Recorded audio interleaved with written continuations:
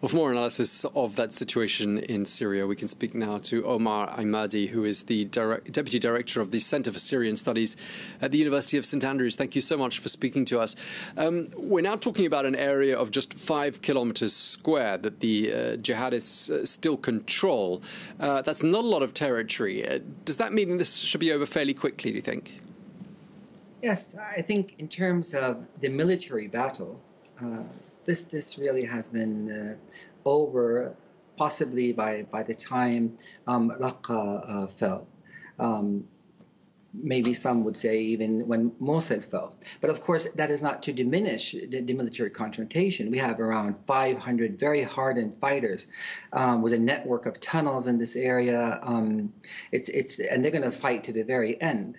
So on one hand, the military battle ended some time ago, but on another hand, there's a lot of symbolism here that we're seeing unfold. Yeah, so this is really the last stand, isn't it, for the Islamic State group? And President Donald Trump said that it's going to be game over in the next few days as far as the Islamic State group is concerned. Does that mean he perfectly timed his announcement of the US troop pullout, or do you think he was probably still a bit hasty? Well, I think usually American announcements are hasty. I think when it comes to this particular battle, I think it's one can fairly be confident that it's going to be over soon. It would be hard to imagine, as I said, a few hundred fighters stand up successfully to an international coalition and backed on the ground by very well-trained Kurdish fighters. So I think in this particular incident, it will be over soon. But I think what we should not lose sight of is the larger picture. The Islamic Caliphate project. This is something that we began reading about, and it started in the 1920s. Was the Muslim Brotherhood. Of course, it was a very different idea. It was far more moderate and reformist. But in essence, the idea of restoring the Islamic Caliphate is around a century old in what we might call the modern era. And this last manifestation of this attempt has been possibly the most successful in terms of the type of territory it controlled. It even had coins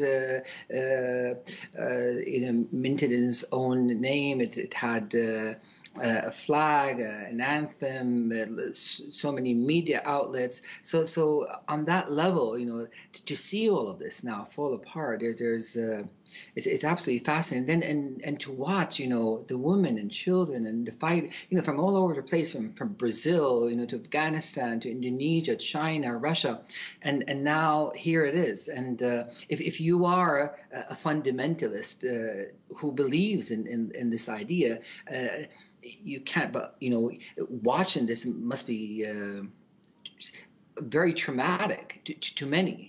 I think, but it would be a mistake to see this as the last manifestation. And I think therein lies a danger of this idea of a complete pullout without, as long as there's grievances on the ground, there's always, the possibility of recruiting people to an idealist utopian project. And in the Middle East, religious ideas tend to be very popular. And I would be very much concerned for us to see this as the very end of militant utopian religious projects in the Middle East. Yeah, and of course, as you say, a lot of people pouring out of these towns and villages, these last Islamic State group strongholds.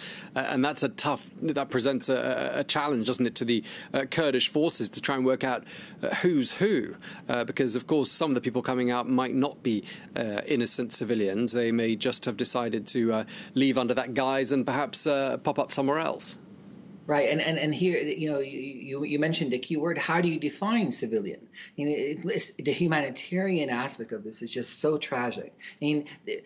Would you consider a civilian, a woman who watched a video by ISIS and who lived maybe somewhere in Australia and who decided, she was attracted by this idea and who left everything and came to Syria and joined?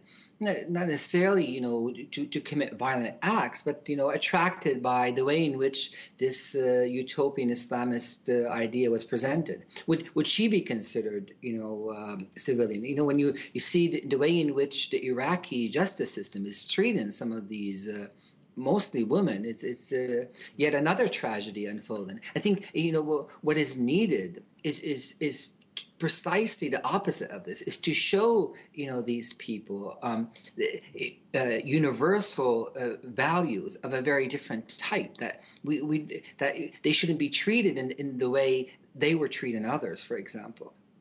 Indeed. Okay, we're going to have to leave it there. Thank you very much.